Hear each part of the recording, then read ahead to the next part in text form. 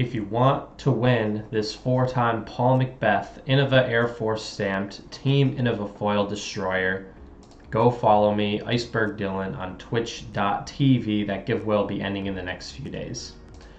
What is up, disc golfers? Today on Iceberg TV, I want to do a just little Brodie Smith check-in, talk about how he did in Vegas this weekend, and then the main meat of this video, I want to talk about who's the best player in the world right now. Is it Paul McBeth? Is it Ricky Wysocki?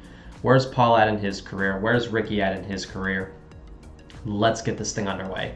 So Brodie Smith competed in the 2020 Las Vegas Halloween Classic presented by Legacy Discs. There was a stacked field. Steve Rico showed out and played two of the hottest rounds he's probably played all year. So that man went on a tear and pretty much ran away with this thing within the first two rounds. And then all he needed to do was have a normal human-like round and was able to win this tournament. But moving on to Brodie. So Brodie averaged about 1,005 rated for the event. That's going to get him another little push to 1,000 rated. Getting more higher rated rounds is going to drop off some of those lower rounds off the tail end of his rating. And then the most recent rounds count for more than the less recent rounds. So they have a greater percentage of value. So these recent rounds will bring up his rating more than his old previous rounds.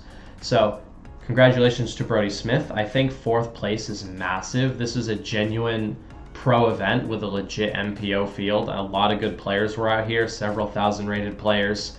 And obviously the two best players in the field by rating came and took 1st and 2nd, but the rest of this entire field was pretty much set up to be a dogfight. Like, there was a lot of good players in the field, and any of these guys could have come in within, the top 5.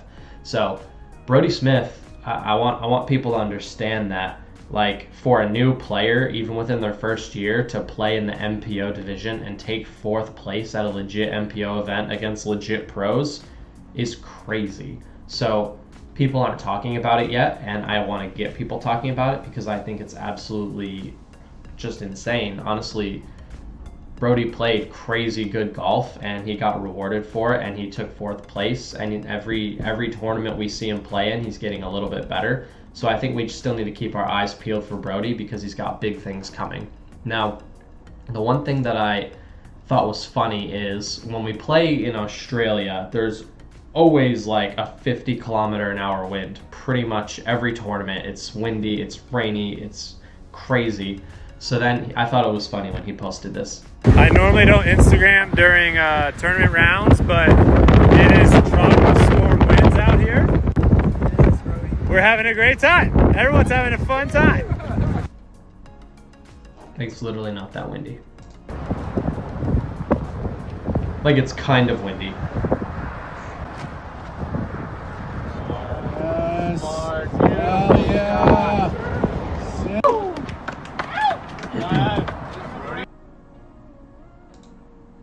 Like, they're all acting like they were playing in actual windy conditions. Like, wait till he gets out to the GBO. Wait till if he makes it out and comes and plays somewhere where it's actually windy, he'll have a rude awakening. Sometimes it's so windy in certain places that your disc can be laying flat on the ground and just pick up and roll itself away. Like, that's the kind of winds that we deal with sometimes here. So I thought it was funny that it's like a 20 mile an hour wind at best, and everyone was freaking out over it. But anyway, moving on. That's not that big a deal. I'm just kind of poking fun at him. So the main bulk of this video, I just want to talk about Paul McBeth versus Ricky Wysocki. I want to compare their 2 seasons and say who I think's the better player right now. And we can see that when these guys are in a tournament, they pretty much are a guaranteed top 5 finish, aside from D-Glow for Paul, which we can still attribute to possibly an injured ankle.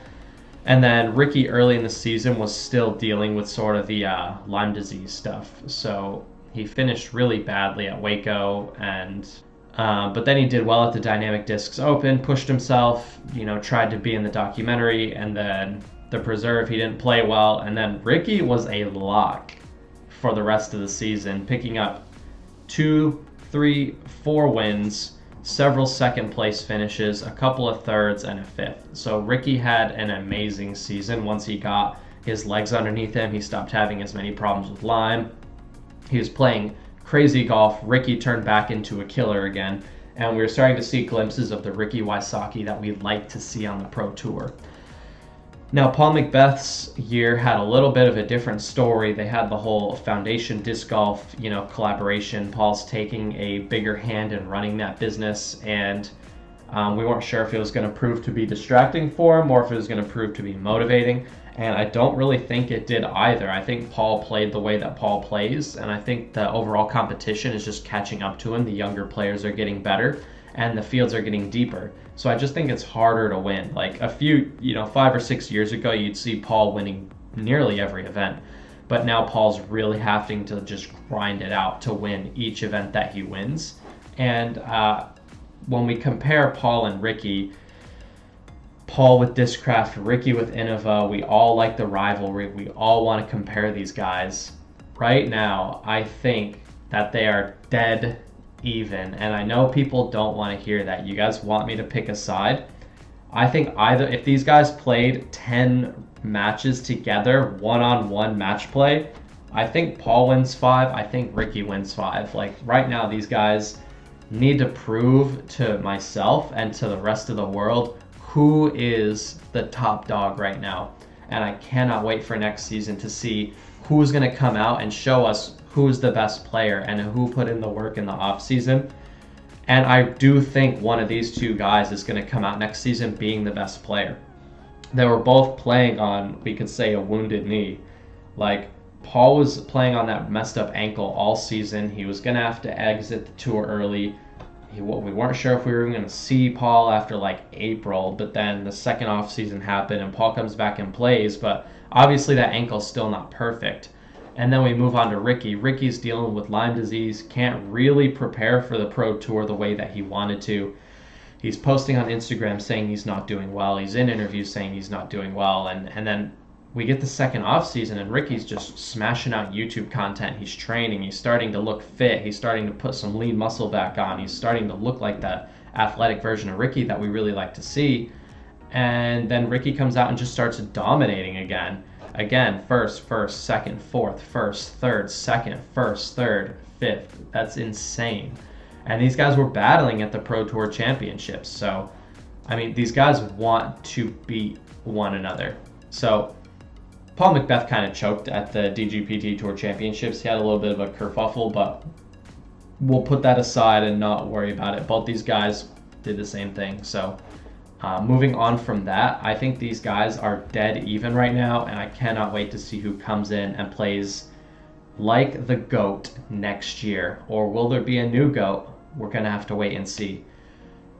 I want to hear what you guys think in the comment section down below. Who is going to come out firing next year? Who's going to win the first event of the year?